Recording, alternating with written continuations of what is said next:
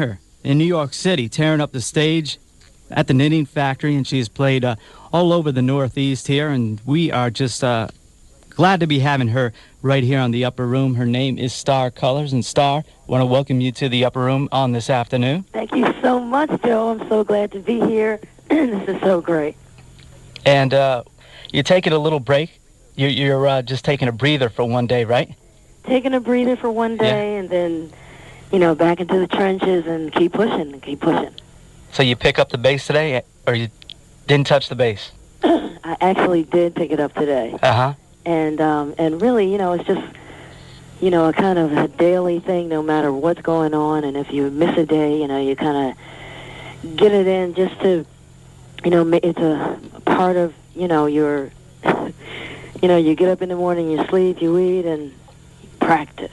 Right. You know, and then just keep on going. And you have this wonderful CD called Welcome to the Universe of Starr Cullars. You've been around for quite a while performing. We mentioned the likes of all these great musicians you work with. We'll get into that a little later. Mm. But this project you have, Starr Cullars and Enterprise, what are you bringing to, by listening to, you could tell, hard rock and funk and everything. What made you put this project together?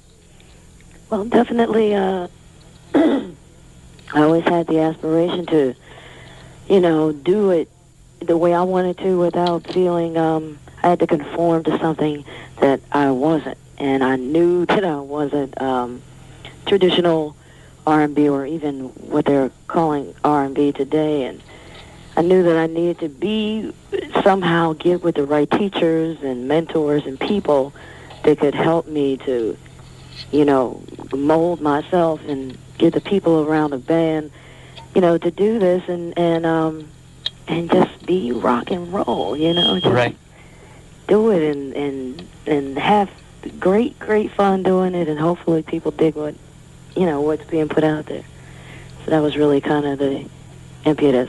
Coming through P-Funk, of course, was like a great blessing.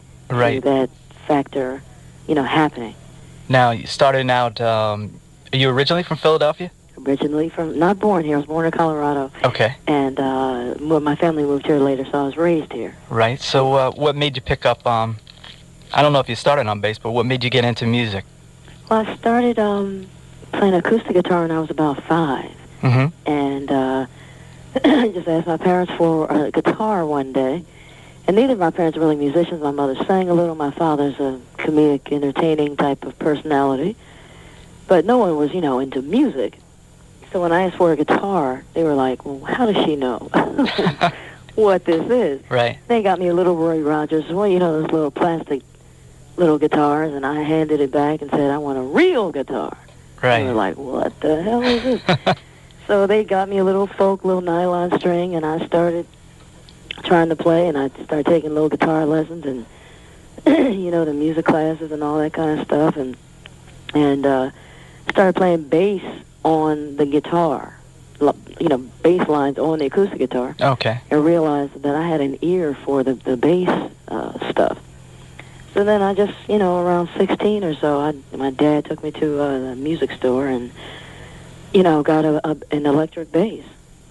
You know, so I started on acoustic, which I still play now, and dabbled in cello and viola, you know, kind of a string child. So you play some fretless too, right? Yeah, I do. Right. Play fretless too, and, you know, just like to incorporate all the different kind of string sounds, you know, into music, you know, because it's about music, right? Now, how about when you picked up the bass? Were you listening to bass player records like Larry Graham and Bootsy, or were you just music in general? Well, you know, I definitely always had a music in general thing, but I mean, yeah, you couldn't help but be completely influenced by Bootsy and Larry and Mark Adams from Slade. And we just played some Slade before. You know, he's definitely one of those cats too, you know. Mm-hmm. And, you know, what, you know, you just, especially being born over here on the East Coast, and I'm sure you know, you grew up around these players and that sound, and it just kind of, you know, if you become serious about any kind of instrument, it just becomes a part of your, you know what I mean? Right. Part of your background or something. So that's been, really cool. And Philly's one of those cities that bass players have seemed to have come from, a lot in the jazz world and, that kind of stuff. So I'm just following, my heart, really. Now, when you became proficient and, people know you had it, how did you get into those music circles in Philly? Is it tough?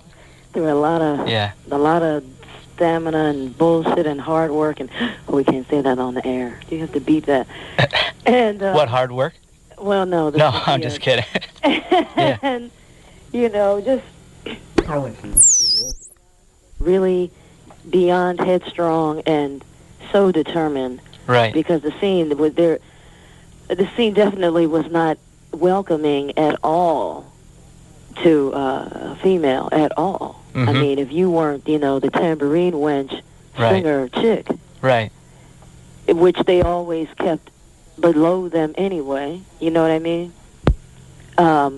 It was ridiculous. So you kind of had to know how to stand your ground and have balls. Right. And just kind of get in to these people, kind of force your way in, really. And then when you get in, then they see, oh, well, this one has something to bring to the table. And, it was always a nice little struggle. They didn't have the doors open in those South Street clubs? Oh, South Street is still a mess. Right. South Street is still a mess. It's still governed by the same thing it was 30 years ago, probably. Right. A system that really does not support up-and-coming original artists whatsoever, but plays the devil's advocate to dangle, I'm exposing you, but I'm going to drain the life out of you. Right. And cut your throat at the same time, but be happy that I'm giving you that much. It's still the same. So you really have to go beyond to get yourself beyond that point and, exposed to, the next level. So you don't burn out your band and you don't burn yourself out. And you don't have to play 95% covers, right? Oh, well, I haven't played covers in years. Right, yeah. Even the local band that I was in before I joined George Clinton at the P-Funk, we were doing like a few covers, and the ones we were doing were Prince songs, which is really funny. And, so mostly, what were you doing by Prince? Prince. Little off topic. Well, no, actually, I have a direct involvement with him. Oh, okay. I came through Prince's camp before I even got to George's camp. Oh, okay. And that's my pre-P-Funk story when I was really young. I was like in college. And yeah, he's definitely my top artist, so I don't know if you wanted to talk about that. I had no idea, but oh, well, gosh, I guess I need to tell you this. Yeah, sure. You would really appreciate it. Yeah. When in my senior year of college, I went to Duquesne University in Pittsburgh, and I was minoring in music because the only music programs they had was to teach or be in the orchestra, neither of which was my goal. So I minored in music and took bass and voice and all this other stuff, and I majored in theater. At the end of my senior year, I was like, this is ridiculous. I got to get into business. So I started sending packages to Prince's Paisley Park label in his L.A. office and got back the traditional rejection letters from the L.A. office. We're not looking for anyone, blah, blah, blah, thank you, blah, blah, blah. So I really got tired of all the rigmarole and found out that his two horn players, Matt Bliston and Eric Leeds, were from Pittsburgh. Okay, yeah. So I called their families in Pittsburgh and pretended to be this hot rolling tour musician that was coming through Minneapolis and lost their numbers, and could you give them to me? So their families gave me their numbers and their addresses and everything, so I started calling these guys up, and we became friends on the phone. Oh, okay. I sent them my little 4-track demo tapes. At this time, I still had 4-track demos. There was no CDs yet. Right. And, this is still the cassette tape day. And, I sent them and all my little bio stuff at the time. And, they were like, well, Prince isn't taking any stuff right now. He just got burned by Maserati and blah, blah, blah. And it's a little touchy with new artists, blah, blah, blah. I was like, listen, get my stuff to this man right now. So... And Eric Leeds, he's like the calmest gentleman guy, right? Oh, yeah. Yeah. Yeah, he's very cool. You know, he's very much a sax player. Too, Right. You know, but he's cool. Eric's very cool. So And did they? Eric went to Duquesne, actually. It's funny. Oh, okay. So we both talked about how we hated it. It's really funny. Right. So, so, you know, this went on for months. I got tired of this and decided at Christmas in December of 88, 89, this was going into 89 or something, I decided going out to Minneapolis and go confront Prince directly and get an offer. I'm tired of this. Right. So I went back home to my parents and I just started practicing Buddhism, Shoshu Buddhism with the Soka Gakkai International. And I stopped eating meat, and I told my parents I was leaving college and I was going to drive to Minneapolis to get a deal with Prince, and don't give me anything for Christmas, just give me $500. Right. So they just, you know, oh, child, this one's crazy, oh, Jesus. So they gave me the money, went back to Pittsburgh and rented a car, me and my little roommate, because my little duet partner at the time, we were supposed to have a little duet team, on the 4 tracks, drove 16 hours straight from Pittsburgh to Minneapolis in a snowstorm, the end of December. We arrived in Minneapolis, and I call Eric and Matt and say, hey, fellas, we're in Minneapolis. They're like, oh, shit, you guys are crazy. And you only knew them by the phone, right? Oh, yeah. You're right. And, of course, you know, following them, who they are and, you know, the public arena. Right. So they're like, oh, Prince is having his New Year's Eve party. Miles Davis is here because Miles Davis was there. He's still alive then. Right. And, you know, and it's $200 a play. We can't get you guys in, blah, blah, blah, but come a couple of days after. Like, okay. So during that period between that time we arrived and New Year's Day night or whatever, it was like 2 days, we drove around. I found Prince's house, his estate. Left packages there. I found Paisley Park. I would go and sit in the parking lot and leave notes on his car window until the security would throw us out, like, all this time. Every day I would do this. Right. And then, mind you, it's freezing in Minnesota. Sure. It's so cold up there. There's nothing else to do but stay inside. It's so cold. So, you know, finally, he called us there to meet him. He's like, well, here's the directions. I said, listen, honey, I've been there for 2 days. I'll meet you. So he meets us there. We get into Paisley Park, and now I'm in Paisley Park. Right. We're walking through, and I meet Levi Caesar, the guitar player, bass player.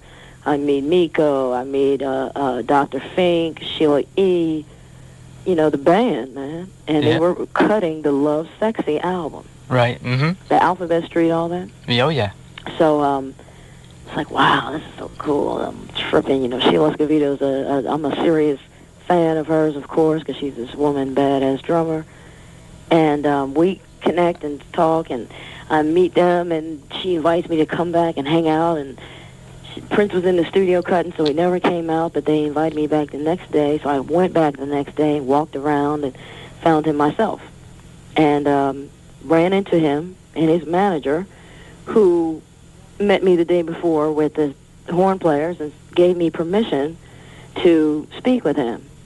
After I literally, like, physically ran into him, like, on a flight of stairs. All right. And almost knocked him down because he's an itty-bitty guy. Sure. And I'm like this Amazon. So, you know, he meets, he's like, now who in the hell is this unwarranted woman in my place? And he's also flirting, you know, because he's like, this is a potential for me. Right, sure. All of that. You know, and it's his place, his castle. He's the king. So, you know, I'm on a mission. I'm like, well, listen, I have sent you packages to your people and such and this, and I've left you all these notes, and I'm here to give you my demo package. Here. Hand it to him. He takes the package, takes my hand and holds it in his hand, and holds it for like 10 minutes. Doesn't let go. And proceeds to go, well, you know, they have this procedure here. You have to give it to the vice president, and then he'll give. I said, you know, that's bullshit. Right. I have already done that. You were going to take this shit right now. See, he just loved it. He, like, lit up. Right. And his eyes got all sparkly, you know, and he's like, all right, I'll tell you what.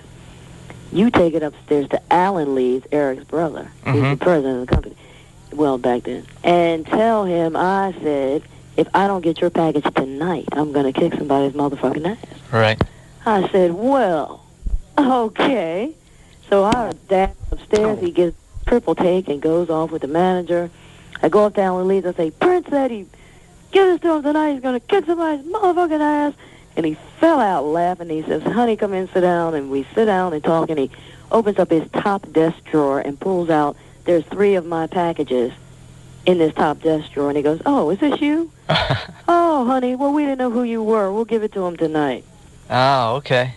He gets the package. I get a call the next night that invites me to bring my bass and myself to the Paisley Park complex at 10:30 for an audition with him.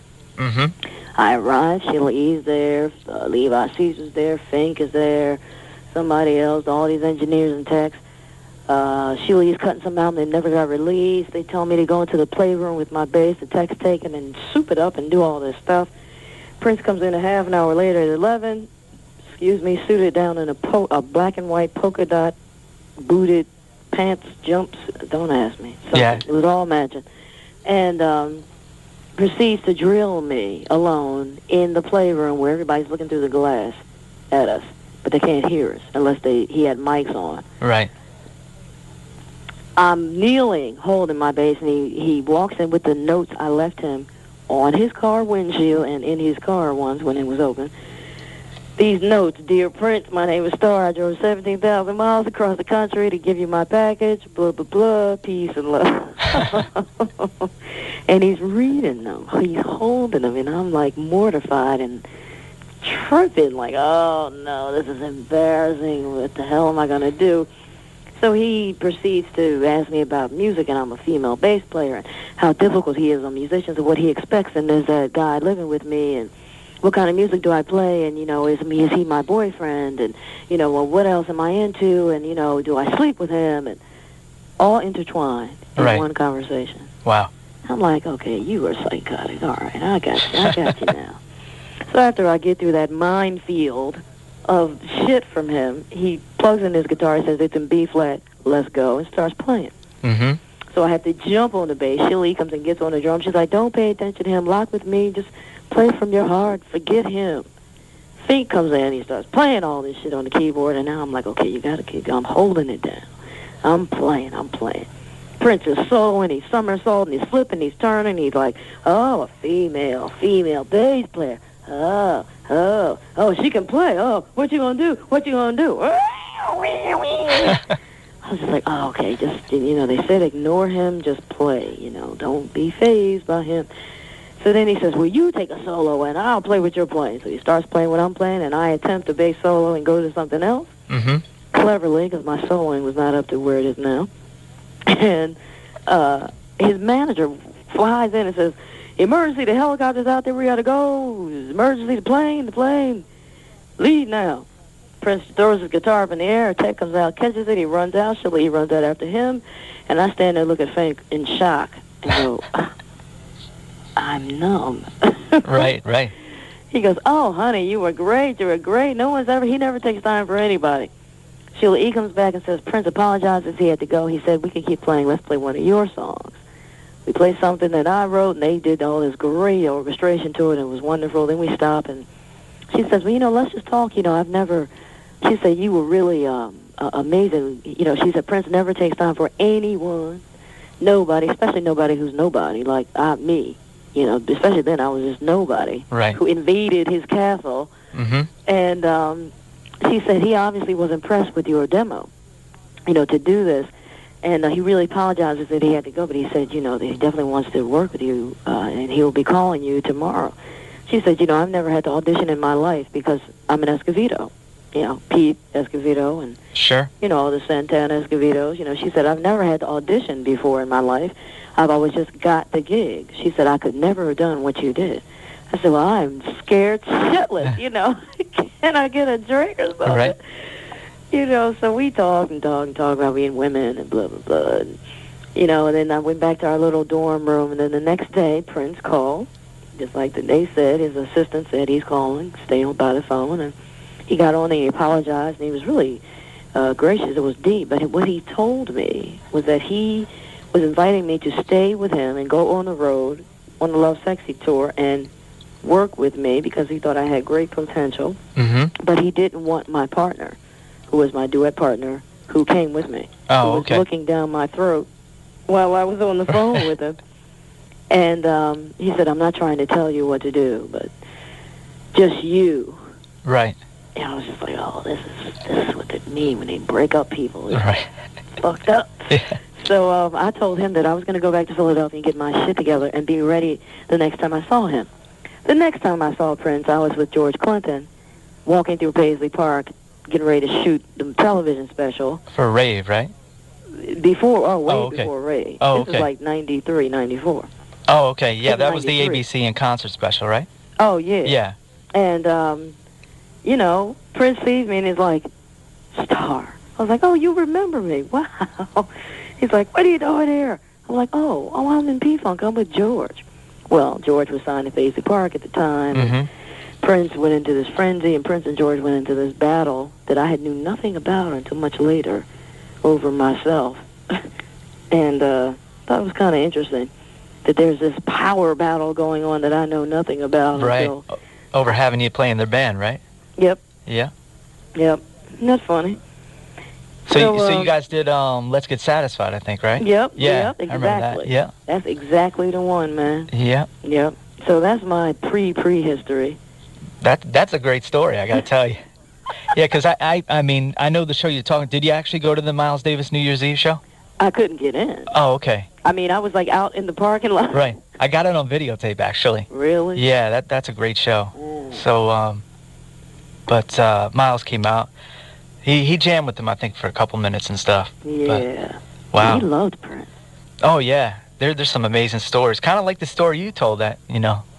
Just things that go on and just a lot of humor going on, too. But yeah, that I guess that one visualized would be kind of funny for sure. yeah. But I'll tell you what, after that great story, why don't we get into the first track off your Welcome to the Universe of Starr Cullars. That'd be awesome. And you kicked this, the first song in your set over at the Knitting Factory, right? Yeah. Yeah, and I got to tell you, people, when Starr Cullars is in your town, you got to get over to see the show because besides playing the bass and having a great band with Lige and Sean and Mr. Brickrow, you've got some great stage presence, and people were rocking, no doubt. Oh man, thank you, man. That's what it's about. Yeah. The people. It's not a boring show. Cool. Yeah. And then we'll get into all that and what you were jamming with Bernie later and upcoming projects and what's going on. Cool. But first, let's get into Starr Cullars. She's here on the Upper Room on a Monday, and this is Joe Kelley, 88.5 WVOF in Fairfield. Starr Cullars and Red Alert. Funk and Roll in Philadelphia. Starr Cullars, Lige Curry from Starr Cullars. Welcome to the Universe of Starr Cullars, by the way, and she has a great band, the Enterprise Stargazing. This is Joe Kelley in the Upper Room, and we're going to be back with some more talk with Starr Cullars, and then we'll hit you with some more music from this great CD. This is WVOF. For the best in reggae and R&B sounds of today and yesteryear, check out the Ruler Tone Showcase with Inspector and Gaynor every Wednesday from 3 to 6 p.m. on WVOF. Inspector and Gaynor welcome your requests and dedications at 254-4111. The Ruler Tone Showcase with Inspector and Gaynor, Wednesdays from 3 to 6 p.m. on 88.5 WVOF. Don't miss them. And a brief look at sports. In the U.S. Open, there was a rain delay over at Queens in New York due to inclement weather. If you happen to catch the New York Giants yesterday in New Jersey, those thunderstorms were crazy as they had to postpone. There was a delay about 22 minutes or so, but real frightening stuff in the midst of football games. You don't see football games being put on hold too often. Later on tonight, the New York Yankees take on the Kansas City Royals in Kansas City. And about 6:30 or so, my special guest will be Mr. Eric Balke, who is traveling right now. He's en route from Boston, Massachusetts to come play here live in the WVOF studios. But we're real blessed to have this afternoon Miss Starr Cullars. And Starr, thanks for joining us for this much of time. Thank you so much. This has been just perfect. Now, your release is an independent CD. Yes. And you want to talk about a little bit on how you're getting the word out and the successes of it? Yes. We've been selling some. Well, we've definitely been selling them at our live shows. Mm-hmm. And we're also selling it on David Brooks' website on the internet. And he's been moving a few. Them also selling them on George Clinton's touring table. Okay. On his merchandise table as he goes around the country. They've been selling out there like crazy. And I will have them soon on consignment in Tower Records. I just say ASAP. Oh, that's good. Yeah. And so we're definitely getting out there ourselves for sure. And it's been moving, and people have been people have been buying it, and that's been like very cool. Yeah, I always tell people, especially when independent artists come to town, if they go see a show, usually the tickets are real affordable. So definitely they need to go by the table in the front of the lobby and pick up the CD. Yeah. Yeah. Because hey, that's the bread and butter, and it lets you go back in the studio again. Absolutely. Yeah. So how about the band? You got a solid band, definitely, which is accompanying you. Thank you. I feel, I feel so fortunate to have these guys. They are my family for sure. Mm-hmm. I love them because they're all badasses, and I love them because they're sticking with me through this craziness. And we just, we have this, in-house family philosophy that we're going to go out there, we're just going to kick it and kick it hard and kick it well and do it together, and that's how we, hit the stage at any time, no matter, where the stage is. So you work them hard in rehearsal? We work hard, and I wouldn't say slave driving, but we just, we rehearse hard. We like to come together well. Mm-hmm. So we definitely take rehearsal, very, very serious. And you could definitely tell it because there's no slacking on stage, and to be able to dance and sing and just rock the house with all that funk and roll. It takes a lot of work, right? Takes a lot of work. Yeah. And takes a lot of dedication to knowing that when you hit the stage, I think that you should always feel it is your responsibility, and maybe you're right, but definitely an obligation for you to get up there and give every single ounce of your essence to those people who are there to see you. And whatever it is that you do, whatever you play or whatever you do, just to do it to the absolute best and give those people so they feel it. And I think if you can do that, then you're doing what you're supposed to do when you get on that stage. See, I think the true test of a show, you put on a great performance in everybody, but when you left the stage, people, they definitely wanted more. Oh, yeah. Man, thank you. That's what it's about, Right. I figure if I can just carry out my mission and do that and spread, positive, cool stuff to people through the music, then, that's really doing it. That really has a purpose then. So that's great. Now we're talking about Starr Cullars and her band, The Enterprise, tearing up the stage.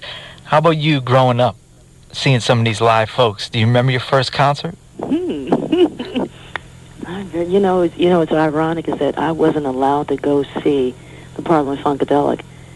Oh, really? Earth, Wind and Fire, when they were, really touring in the heyday. Uh-huh. I was too young, and my parents just would not let me go.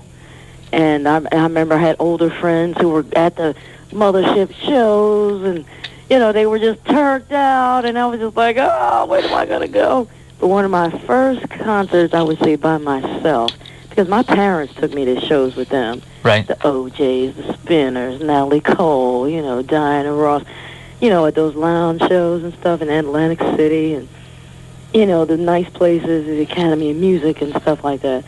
But as far as concerts, actually, Rick James and Teena Marie. Oh, wow. Yeah, I've seen them about 3 times, yeah. They were one of the first big Spectrum, stadium-type concerts that I was at with friends. And that was pretty cool. Of course, I've seen Prince many, many times. And it was my first time. Did you go to that Electric Factory show? Oh yeah, I was there. Yeah, that was a nice show. I was a little annoyed with him right there. Oh, okay. Yeah. Uh-oh. later. Right. You don't want to get into that one. No, that's later. But, Right. Yeah, but that show was okay. Yeah.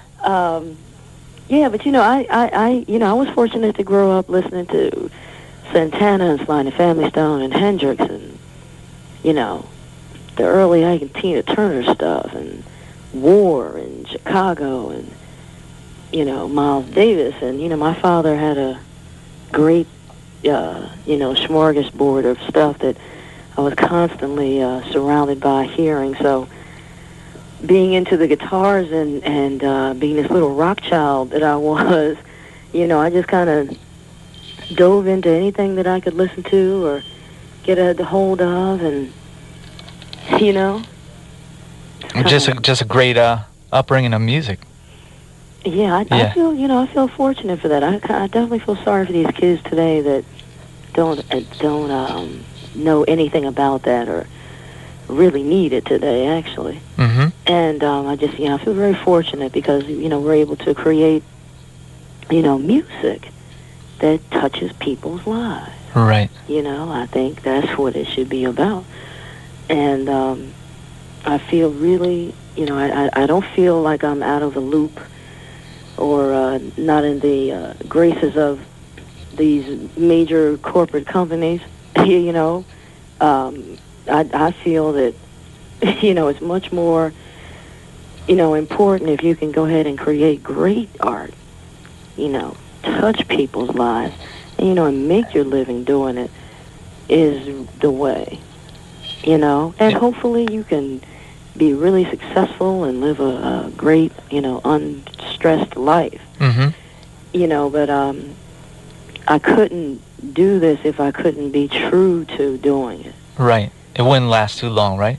Not at all. Or you feel terrible doing it. You couldn't even function to do it. So, it definitely have to be true to this, and this is the only way I know how to be true to it. Putting out this, music that I do, and that we do, and and just keep going. So, what do you have planned for the upcoming fall this year? For the fall, I am most definitely working on a road tour for my group. Mm-hmm. Possibly, opening up for, some major act, but definitely getting us out here, on the road. We're way more than ready, and, I think that, that exposure will kind of kick things into another gear. Right. Come up all along the East Coast here. We got some nice clubs. Have you ever played in Connecticut when you were with George? You know what? I'm sure. I know we have. Right. And I just can't remember the name of the venues. I know I've come through there with George. I would love to get through there with my group. Right. Yeah, we've got some nice spots. Which, we would definitely love to see Starr Cullars and the Enterprise here. That would be so great. Well, you know what? I'm going to thank you first and foremost, Starr, for stopping by the Upper Room. We've been looking forward to it, and nice to see you and meet you down in New York. You'll have to come up to the studio one of these days. I'm absolutely looking forward to that, Joe. Thank you so much. This has been awesome. And hello to everybody out there, and to see you very soon. And we're just going to keep supporting your CD. Welcome to the Universe of Starr Cullars. Folks, if you're on the Upper Room mailing list, we can hit you up with the link to David Brooks' site. And he's a great guy keeping the funk alive. Absolutely. And you can find out how to purchase Starr Cullars' wonderful CD. It'll be out in Tower Records very shortly. And no excuse not to have this CD in your collection. Great. So we're going to go out with one of your tracks. And Never Was Your Lover, right? Never was lover. Which the ladies kind of go along with you, and they definitely empathize with you, right? I think, the ladies absolutely, and anybody who's, had that heart just not treated the best. Uh-huh. I think we all can kind of relate to it. Now, quick question. We'll keep it on the clean tip about this one. I think it was the last song you did, right? I hear her laughing already.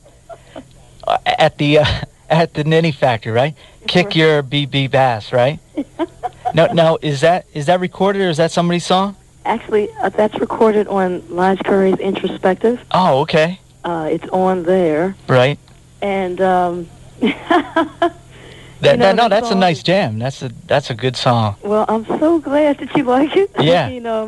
I was a little concerned, but it's just a message to the negative side of the force. Right. That it is not going to beat you. That you are going to win, and that's it. In a nice, colorful way. Right. So Lige Curry and Starr Cullars making great music together. Wish you you and Lige a lot of success and happiness, and who knows, when you stop by the studio, you might be married a couple by then. Well, you know what I was about to say. Well, you'll definitely get like wedding invitations. So. Oh, that would be nice. Definitely, we'll be there. You're right. So let's go out with the song we talked about. Never Was Your Lover. Starr Cullars, who has spoken French for 16 years, right? Oui, je parle français toujours longtemps. All right. And you'll hear some of that right on this song, right? Absolutely. All right. Starr Cullars, thank you so much. Thanks, Joe. This is Joe Kelley in the Upper Room, heard right here on 88.5 WVOF in Fairfield.